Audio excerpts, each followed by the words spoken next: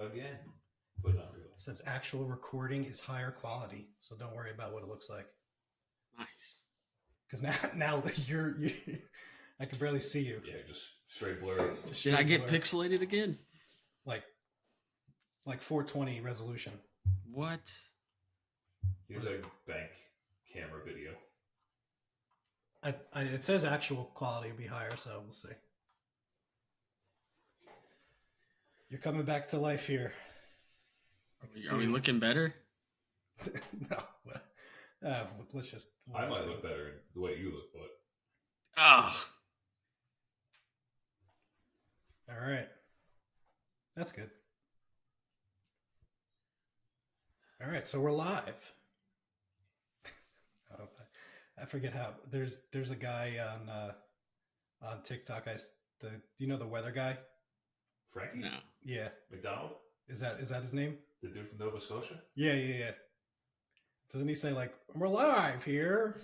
I don't know if we're thinking about the same guy. It might be a different guy. This guy's great. Just yells the entire time. Nova Scotia, New Jersey. Yeah. You're gonna get whacked. Yeah. No, that's what it reminded me of for some reason. But all right, so episode 1 of the Job That Built Me podcast, where we tell stories from firefighters all over on how this job has built, molded, and influenced them into who they are today. So this episode, we're just going to do some intros. I'm here with my co-hosts, Rich Gabriel, who's sitting right next to me, and Noah Ayers, who's coming in from Memphis remotely. So we'll keep this episode short, and we'll just go through some intros from us, and then the next episode we'll bring in a guest, and we'll get right into it and get in more depth. So we'll let Rich start off telling his story and where he is now. Man, going right into the fire here. That's it. No pun intended. Not nearly as much as Noah is at this point, but so Rich Gabriel. That sounds better. This sounds clear if you're closer. Yeah. Right there's perfect. All right. So we have a lot of technical difficulties here. Episode 1, part 2. We're doing it. Take 2, take 17. 100%. Yeah, this is for those of you who don't know, we've done a rough draft of this before, and like a month and a half ago. It's been a learning experience for a big process. Firemen and electronics exactly don't go so well. Electronics and firemen don't go so well. Yeah. Fireman proof ain't a thing. I could do social media, but this producing is not easy. So, all right, where do we start? Me. Yeah. So where'd you start in the fire service? How long ago? And go through your story a little bit. All right. So started out as a volunteer in a small 2-engine house in a 1 square mile town, running 200 calls per year with a nice little service contract with the city next door, where we got a couple fires. Got into it because of my family, we'll put it that way. My grandfather was a past chief. My uncle was a past chief. My cousin was in the firehouse. I lived 5 houses away. The entire town, typical small town USA, everyone did what they could to help out their neighbor. The guy across the street was an ex-chief and fireman. The guy next to me was an ex-chief and fireman. So the small town kind of revolved around the firehouse. And they were good men, like at the straight essence of who they were. Just some of the best guys you can meet. They cared about their families. They were good dads, good husbands, always giving back, doing what they could. They were involved in the church, the Rotary Club, you name it. And as a young kid, they were good role models. It was something to look up to and people you want to emulate. And it didn't hurt that you're going to fires either. I mean, what more could you get that it's exciting? You get to go do something, live life on the edge, and you get to hang out with some like-minded people and get brought up the right way. So I started out in a volunteer company. I mean, I was in the firehouse since I was 5 years old. Joined when I was 14 as an explorer. Did that till I got out of college. By get out of college, I meant drop out. But did that for a bit, and then decided what every New Jersey. I spent a lot of money on a piece of paper. Oh yeah, dude. And it still hurts actually thinking about it to this day. Yeah. You don't value money until you're an adult. It all makes sense kind of now. But I got out of college, and I did what every aspiring fireman in New Jersey wants to do at that time. And I went and I became a cop for a little bit, and decided that about 5 years into that, if I had one shot to go be a career fireman, a good friend of mine and mentor was like, "Hey, this is a small city, but they're growing. It's a good department. There's going to be a lot of opportunities going forward. See if you can get on the job there." And for Jamie knows, civil service purposes in New Jersey, you got to live in the cities, and it's like you can't put a lot of eggs in different baskets. You got to go in all in at one. So I moved to the city of Asbury Park. I tested relatively well, and typical government, it takes time. I think it was like 4 years from the time that we took the test till the results came back, and in a matter of like a week or two, it was bang, you're on. So I got hired in the city of Asbury Park, which is a small New Jersey department, depending on where you look. In our county, it's the biggest, but I think we're 52 or 53 guys right now. 4 shifts on 24/72s. That's all career, correct? Yeah, all career. Yeah. We run an engine, a truck, and then off the engine and truck, we staff 2 BLS ambulances, potentially 3, depending on what our staffing is for the day. And, we're just wrapping up the year, right? So we think we ran just under 8,000 calls total. So relatively busy. I mean, a lot of it is med runs, but we do act as a part of the county technical rescue team, if you want to call it that. There's a couple different teams around, but we all kind of factor and function together as best we can. And it's pretty interesting. You get to see all the sides of it from a small department. There's no assignments for truck or engine for the men. You're swapping back and forth. Everyone rides the ambulance unless you're a captain or a chauffeur. It keeps you on your toes. You're going to gunshots. You're going to fires. You're going to tech calls. And then you're also getting your freaking flyers that make you laugh like you wouldn't believe on a daily basis. And outside of that, I also volunteer in a town called Toms River, which is like one of the top 10 largest municipalities in the state of New Jersey. 60 square miles, about 100,000 people in it. And we have the largest municipal fire training academy in the state, which I'm very happy to say that they let me join along for the ride and help out with the recruit class from time to time. So that's where I'm at. Cool. So Noah, you're on the other side of the spectrum of Rich's department. Tell us about Memphis. Yeah. So actually, tell us where you started first, because I know you didn't start in Memphis. Okay. Yeah. So I started similar to Rich. I was 15. I got involved in the volunteer firehouse in the county I grew up in. I guess I should say my dad's been a fireman my whole life. So was in the firehouse in and out as a child, always wanting to do it. And it's something that I pretty much put all my eggs in one basket for. Got started at the volunteer department. It was a smaller volunteer department. We had 3 stations, but it was super busy. For the volunteer department, we did about 1,000 runs a year. Started there when I was 15. Got a lot of experience, got to do the whole junior member thing. And then when I turned 18, I moved into the firehouse. I became a live-in there. And I lived there for 3 years. So got to go to a lot of fires and do a lot of things and enjoy the whole live-in life. The only reason I was working a part-time job was just so I could just feed myself. But other than that, I was at the firehouse every day.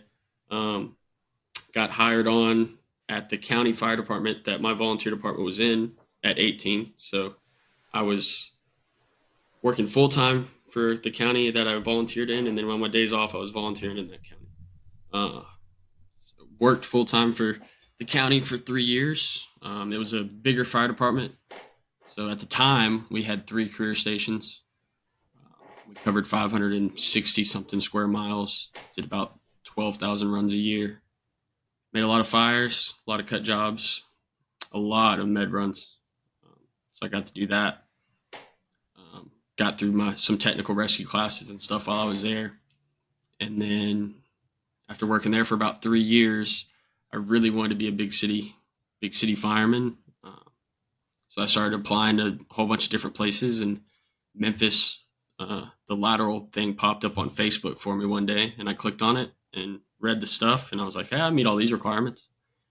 Threw an application in and went from there. Got hired on.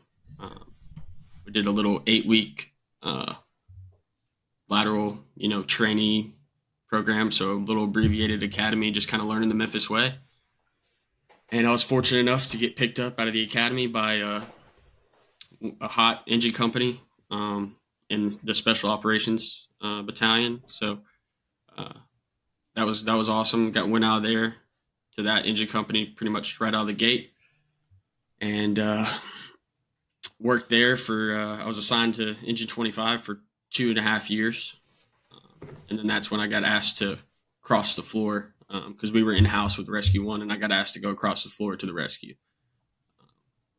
So Memphis has 57 firehouses, a lot of opportunity, a lot of room for growth and advancement, and I'm sure everyone has heard of the crime in Memphis. So we get to go to a lot of shootings and stabbings, and fortunately, we get to go to a lot of fires. I think last year, 2023, we did over 500 working fires, and you get a rescue on every fire, and we only have 3. So I've been assigned to the rescue now for over a year, and loving it. Get to go to fires every day and get to do what I've always wanted to do. So it's been good, but it's pretty much it. Nothing exciting. Yeah, we get the text all the time. Picture of a header. That's it. It just sends a picture of a header, and then that's it. Smoked out helmet. We're like, thanks a lot. I just want you guys to know what's going on. Yeah. Oh, we know what's going on. Sure. I'm gonna have this. Do you guys have the Citizen app down there? We used to, actually. We had the Citizen app when I first got down here, and it was awesome. And then they stopped covering Memphis, I guess. Oh man, I had to get it somehow. And just There's my friend. Yeah. There he is. He's doing it. No, it was awesome when we had They're it. doing it. But I will say, downfall of working in this big city is got to ride the ambulance too. So I know how you feel, Rich. But it's only 12 hours. If we didn't have the ambulance, I would probably get bored from time to time. Oh yeah, yeah. We're probably pulling in. Granted, I work in a square mile city, give or take. We do some mutual aid, but we're running about 2,000 fire calls a year, which I guess it's busy. Oh yeah. But smells and bells, you're back in the house in 5-10 minutes, right? Right. But the ambulance call, you get your blood up. You have moments of impact where you get some wins, which are pretty neat. Like you get to go hands-on. We just had one, 2 weeks ago. A gentleman made an exit from the 4th floor of a building to the ground. And he was pulseless, apneic. My man was not with us at that point. We did hands-on CPR. We got halfway down the block. No shocks. He was back. Breathing on his own. And I was like, that's a moment of impact that I otherwise wouldn't have had. And you changed somebody's life. Right. So it keeps us busy. Granted, sometimes it's frustrating because you get those 12 to 17 after midnight and there's no sleep. You're going home mad because you're just a grumpy person. You're stuffing cake in your face at 4 a.m. in the kitchen because it's either sleep or eat. I get some sugar in it. Might as well eat. Oh, dude, we're the worst for it too. We load up on sweets. Whatever's in the fridge. Yeah. So, but the ambulance, it is what it is. It's a necessary evil in my department. And I don't even call it an evil, right? Like we're making a difference at the end of the day. Yeah, somebody's got to do it. 100%. And not for nothing, you couldn't pay anyone but firemen to do it because the load it puts on you as it's just an EMT, there's got to be some other benefit to it than just monetary value. Mm-hmm. So we do it relatively well. I can agree with you on the fun part of it. You know, it gets you out of the house, and at least here we get to see the whole city here. You know, no ambulance really has a designated area, so it's definitely a blast. You just got to make the best of it. So. No doubt, 100%.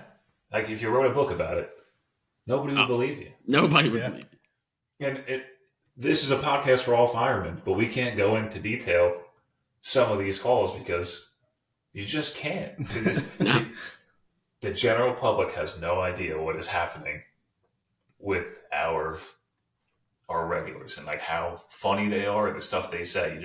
You can't put that out. Thanks HIPAA and everything else, but it's funny. I've never laughed so hard that I have in the back of an ambulance with some of the stuff that goes on. Yeah, I know. It's a blast. So, it is necessary evil for sure. I'd be sitting around thinking of other things to get in trouble or do at the firehouse if we didn't have the ambulance. So the man himself, the guy founder, blue collar fireman. Yeah, well, who was previously faceless. Now is. I mean, it didn't start as a page about me. It still isn't about me. It's definitely not about you. It's not about me. I could be perfectly fine being faceless, but to expand a little bit, I figured I'd put myself out there. I'm not a very outgoing person, but definitely this is something out of my comfort zone.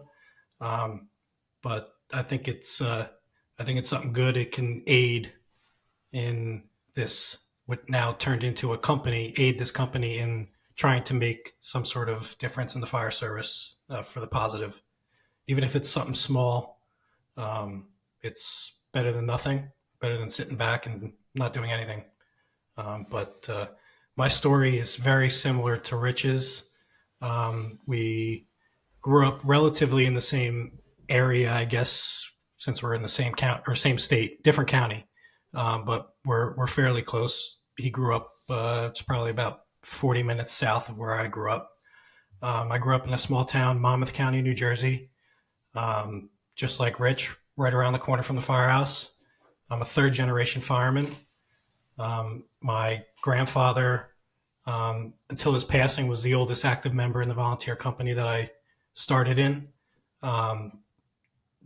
My father still is an active member of the volunteer department that I started in. It's West Long Branch, New Jersey.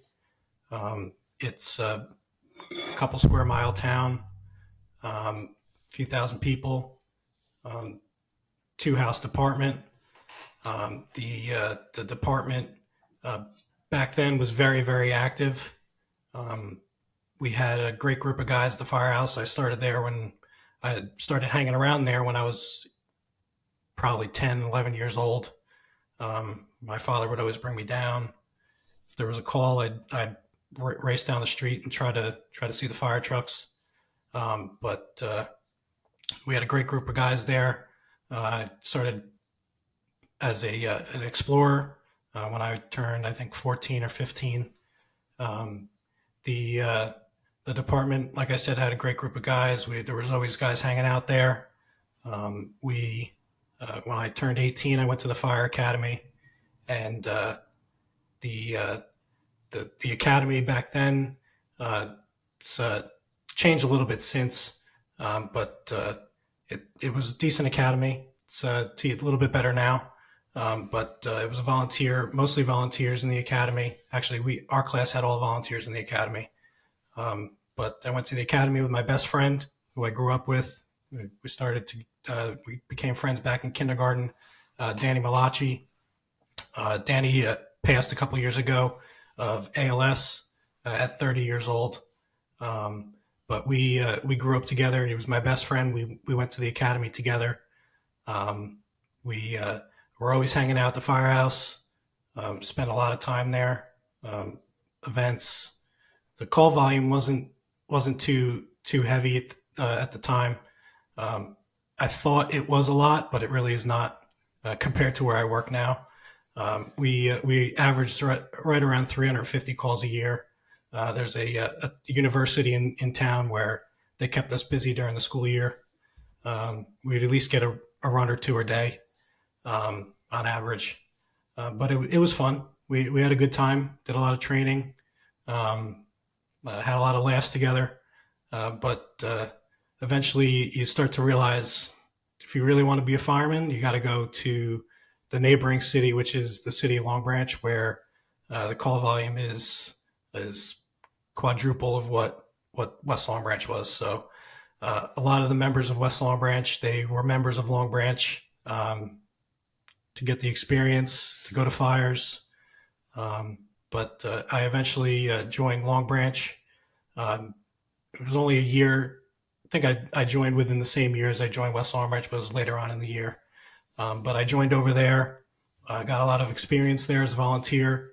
It's a combination department, so they're right now. Back then, they had multiple houses where there was one firefighter, one career firefighter in each firehouse, and they acted as the chauffeur.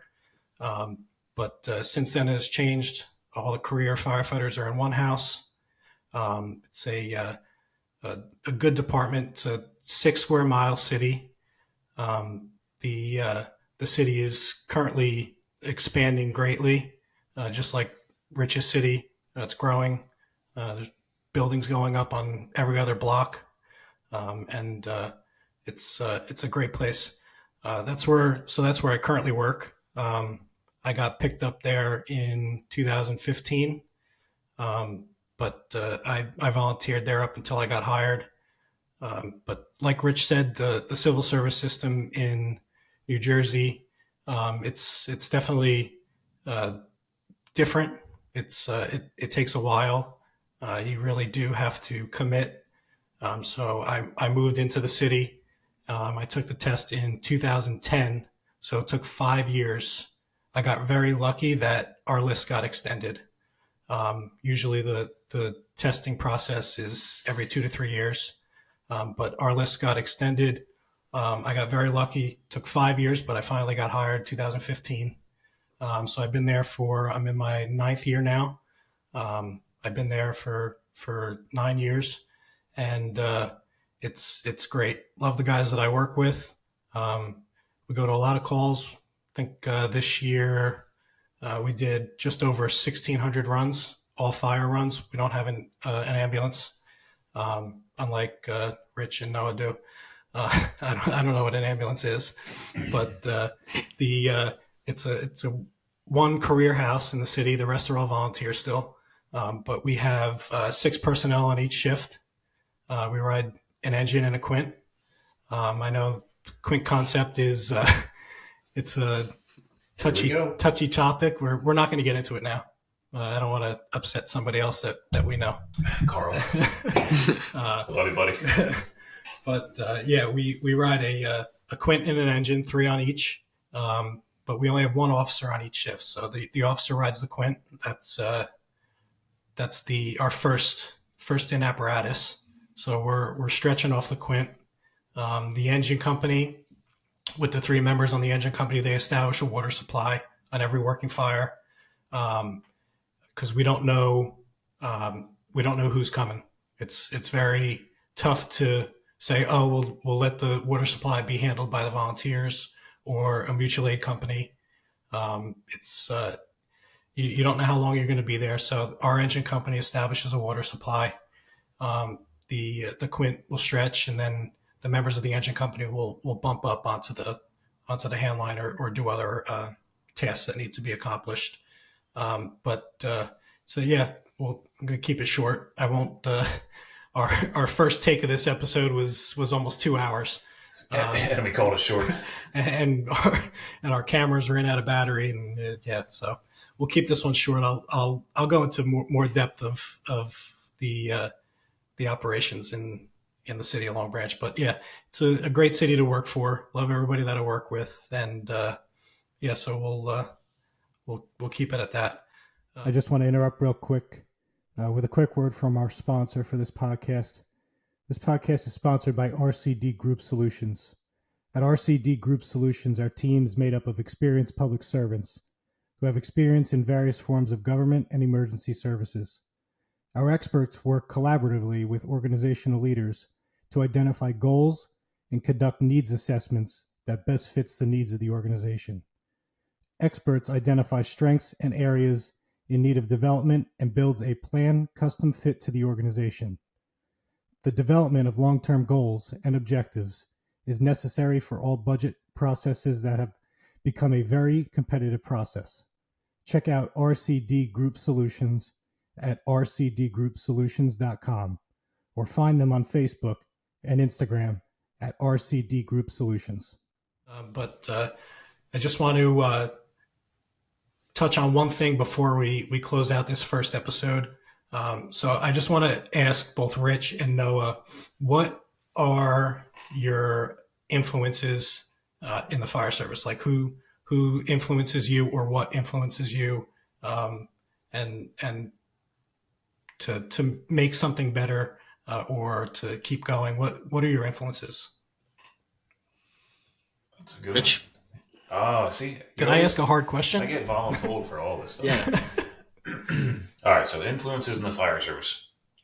I think you have to look over it like the course of a career, or when you get involved, whether you're a volunteer or you're a career paid guy. It's a career. Like this is a job, whether it's volunteer or it's not. So from the time you start to the time you end, right? And I was lucky to start at 14, but I had the firehouse influence from when I was literally a little kid. I used to run to the corner and watch him drive out and bug everybody at the firehouse. Like I'm sure both of you did. Like obviously I know that, but from a little kid, they were in a volunteer house in a blue collar community, right? They're the hardest working guys I know.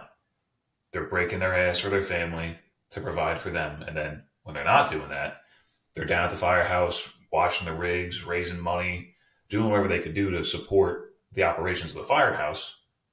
And then they're answering calls. So I thought that was extremely admirable at that point. And like we had Hurricane Sandy hit, Superstorm Sandy in 2012. Those guys weren't home for days on end. And I was in the middle of college. I came back to help out how I could. And those guys they left their family. They made sure they were taken care of, but they did everything they could for their community and their neighbors. And that was, to me, super admirable. Something I hoped if I could be half the men that they were, I'd be doing pretty good. So that kind of took on its own it carved something out, right? And it sat with me that's the kind of man I would hope to be and I would strive to be. And I took their example and I just picked up what I could from them. And there are guys, a guy I met then, the first time I met him, his name's Jimmy Gillespie. He's a deputy chief in Atlantic City, but he's also a volunteer fireman in this small town that I grew up in. He had just joined the company and they said the water was up. There was people trapped in their houses and be prepared to pull bodies out of houses and attics and stuff. Like it was a pretty crazy, uncertain time, especially as a 21-year-old kid. You're like, oh, you're all in it for the excitement at that point. You're like, oh, this is great. And then when it turns into actual life safety, it's a humbling experience. And my man Jimmy comes in, first time we ever met, and we're talking about like, oh, we got to go get people, or hopefully it goes, all right, let's put the suits on and go get them. And from that point on, he was so focused on doing the right thing for everyone in that small time frame. Like, man, I want to learn from this guy. And then the time frame since, that was 2012, it's now 2024, 12 years. Jimmy's a gigantic mentor for me. He took me to my first fire conference. He's like, come on, kid, stick with me. We're going to go see what this is all about. And you go from talking about it to now I'm having a beer with him, Ray McCormick, John Salka sitting there, Kurt Isaacson, Mike Turpak, and Frank Viscuso on a rooftop in Pensacola. All Jersey guys for the most part, with the exception of Ray Mack and Salka. I guess. But now you're sitting with some of the most notable guys in the fire service. And as a 22-year-old kid, you're picking their brains. And how can I be the best I can be going forward? And now you're getting their information. And as a fire service, it's a big world. But as you get into that big world, you find out how small it is. So that snowballed into its own thing, right? And you start seeking like-minded people, and you are who you surround yourself with. And I'm lucky that the places that I belong, I have some great mentors. My career department, Bob Pasquarello is a battalion chief. He's brilliant, smart, unbelievably smart. He's like, just to see the way he thinks and processes information, and to make it usable for our operations. Same, Chris Barklow is a great fireman too. He's one of our battalion chiefs. Reggie Hammond was our senior guy up until September when he retired. The amount of information that he unloaded in a 2.5-year span for me, sitting at the kitchen table, was incredible. And then you go from those guys to my volunteer house, or the fire academy. The volunteer house that I go to in Silverton, Toms River, there's Richie Gorman, who's a battalion chief in Jersey City. He's got like 40 years on the job. You're going to have to drag him off the job. They're going to have to force him out because he loves the job that much. And I got Sean Keating's the chief of the department. He's a retired police lieutenant, been to a hell of a lot of fires in Patterson and Passaic and Garfield, New Jersey. Who else is there? I mean, there's so many guys that have taken their cup figuratively and poured it into mine to make me a better person, like straight out, and then a better fireman on top of it. And they encourage you the whole time. Hey, keep going. Go get more information. There's plenty of negative stuff in the fire service, but a good senior man and good mentors, you just can't beat it. You can't beat a guy that you look up to who you respect, saying, hey, you're on the right track.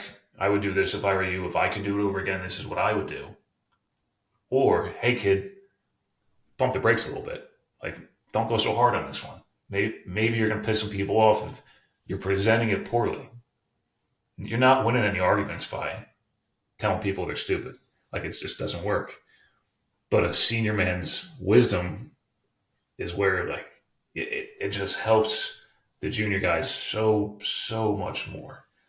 And I'm very lucky to be in the position I'm in. And then on the greater scale, you get involved in the fire service where you start having friends across the country.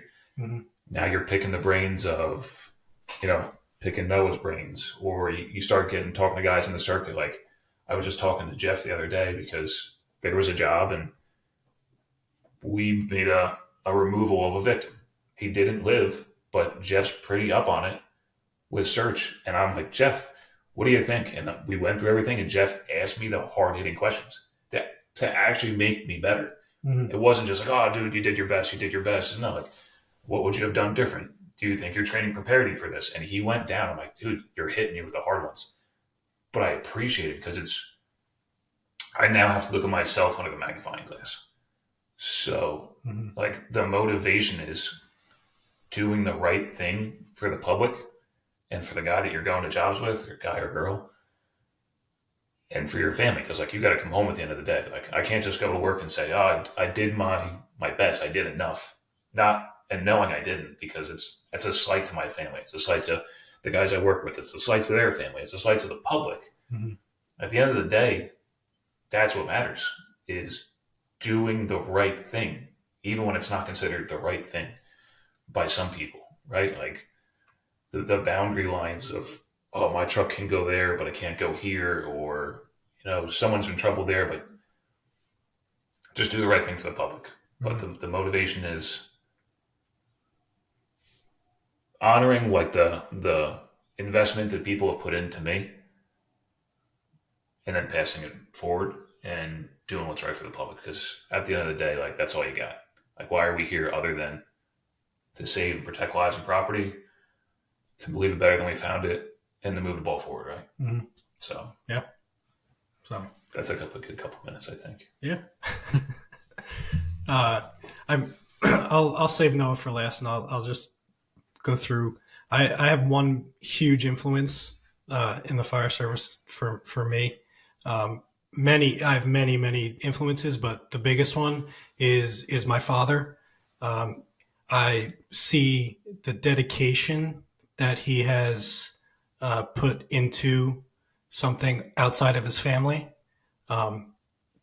So actually, his second family, if you think about it that way. But the amount of time and years that he has put in, it really shows me that it's something that's not for everybody, but it's in your blood and it's in your DNA. And I believe it's in my DNA. I don't know if it's because I've been around the fire service for so long, even back when I was a young kid, 20 over 20 years now. But I just see that dedication that he's put in, and he's continuing it to this day. He's still active, and he's well over 40 years in the fire service. I want to say, yeah, he's probably over 40 or 45 years in the fire service. He was chief of department. My grandfather was chief of department. Just seeing my family put that dedication in really drives me to keep doing what I'm doing. That's my biggest influence. But there's many other people in the fire service that are mentors of mine. They influence me still. But the huge one is my family, and not only my father. My mother is not in the fire service, but she was in public safety for 35 years. She was a dispatcher. But just seeing the lifelong dedication of my family members really influences me to keep it going. But that's pretty much it for influences on my end, aside from fire service instructors and other senior men in my firehouse. And yeah. So Noah, who influences you? Yeah, I got a lot of influences. I guess to say that my dad was a big part. My dad never pushed the fire service on me. He never, was trying to get me to be a fireman or anything like that. It was just something that I fell in love with on my own. So I'm very appreciative of him for that, to kind of allow me to find my love for the job. But without him, I wouldn't have known anything about it. So at the end of the day, my dad is a huge influence for that, and for getting me started. And then when I got started in my volunteer house, I had a whole bunch of guys that took me under their wing and taught me the right and the wrong, and made me a good fireman, or not a good fireman, but made me realize what good firemen were at a young age. I don't think I'm a good fireman by any means, but those dudes definitely pushed me in the right direction. It's Neil Bailey and James Plouffe and guys like that were a big asset to me. And then same with when I got hired on full time at the county, I had a lot of guys that were pushing me to be better, and I'm very fortunate for that. But right now, my biggest influences are from when I came to Memphis. There's two people that I have learned so much from, and I'm able to go in and look at them every day and talk to them every day, and just it's amazing. And that's my first lieutenant on the job was Jeremy Herbert, and that dude is a fireman's fireman. He's a fireman's lieutenant. He's a great officer and a great guy, and he's definitely given me a lot that he doesn't know about. And if I told him, he'd call me an idiot that I was talking about him like that. But that dude is amazing, and I can call that. I just got off the phone with him about the fire we made yesterday, just to talk to him and kind of get his idea and his perspective on things. He's not in the same house as me. He transferred out because he's an ass, but I can still call him up, and I get to make a lot of fires with him still. But he was a big influence for me coming into a department like this. And then my current lieutenant is, salt of the earth. He's got 31 years on the job, and he's not retiring for 4 more years. And Rescue 1 lieutenant in the city of Memphis. I mean, that dude is just a wealth of knowledge, and he comes into work every day with a positive attitude. And for everything he's had to put up with throughout his career, and deal with, and just to come in every day and have that refreshing positive attitude of someone that's so just experienced and has such a wealth of knowledge. It's great, and that's what motivates me, is to come in every day and see that, and I'm like, all right, I gotta live up to that right there, because that's what motivates me, is just trying to be like that guy. And then just a couple things that I've heard throughout my career is just there's a lot of firemen before us that molded the way. So we can't let that go. We can't put a disgrace to that. That's a big thing for me. Is not, it's corny, but not a lot of people will hand you the child that's not breathing, without anything, and they'll do that for us, and that's stuff like that is what definitely has. I've wanted to upkeep that oath that we've all taken, and try to be the best I can be. And then another thing that I was told after a fatality fire that I made years back was, we're not God, and we can't dictate who lives or dies, but it's our job to to arrange the meeting, So that was something like that. That kind of resonated with me, and really stuck with me. And I'm going to arrange that meeting every time. I'm going to do the best I can to make that happen. So those are just a few people and a few things that I've heard and been told over time that really motivate me and really keep my drive and my passion going, and keep me wanting to be better every day. That's huge. I think, like, if we can protect that for all the junior or the young guys coming on, or like I said, man, there's so much that you can get bothered by and like angry about with the fire service. But at the end of the day, like, this is the best job in the world. It's whether you're a career guy or a volunteer, and we're all volunteers at one point. Some of us still are career guys, but like, it has nothing to do with the title. It's the best job. Like, I get this. I loved it so much that I wanted to make it a career. 100%. Right. Like, my fiance. That's what it is. Yeah. It's not the fact that I don't want to stones. volunteer. It's the fact that I loved it so much that I wanted to make a career out of it and do it for the rest of my life, and not have to worry about working another job, pretty much. Right. Is my fiance breaks Even my though stones. we all still have other jobs, but still. All my jobs are fire service stuff. Yeah. All your jobs Yeah, are fire all my- service. right. Like, our It's still hobbies are our hobbies job. are fire service. Yeah. I don't know sports. What's sports? Yeah. It just It's fire service or nothing. it doesn't turn off. It's ever. I can be on the phone with my buddy, and I've heard his wife in the background. Does he talk about anything else at No. all? And I'm like, No. bro, not really. My Like, wife is sick of it, but I just keep it going. yeah, but it's got to be protected. Just like Yeah. the guys who get just a little discouraged, you got to bring them back, because like at the end of the day, like, we do make a difference, and like that gets lost. It's like, oh, that was already gone. They were already dead, but et cetera, et cetera, et cetera. That's no, dude. Like, you make a difference, like, absolutely, at the end of the day. Mhm. And whether it's not, and people say it's not our emergencies. They are and they aren't. Like, you got to make it personal to the point where you don't take it personally, but you make it personal. Like, you look at everyone as if they're one of your family members, or it's like extended family. Like, what would you want for them? Because their emergencies, we go to them every day. Like, we go to the dead kids, or CPRs in progress, or fires with entrapment, bad pins. We see that, and like, we're professionals. You're good at maintaining that level of professionalism where you don't lose your cool. You do your job to affect the best outcome. Mm-hmm. But these people, this is the worst day of their life.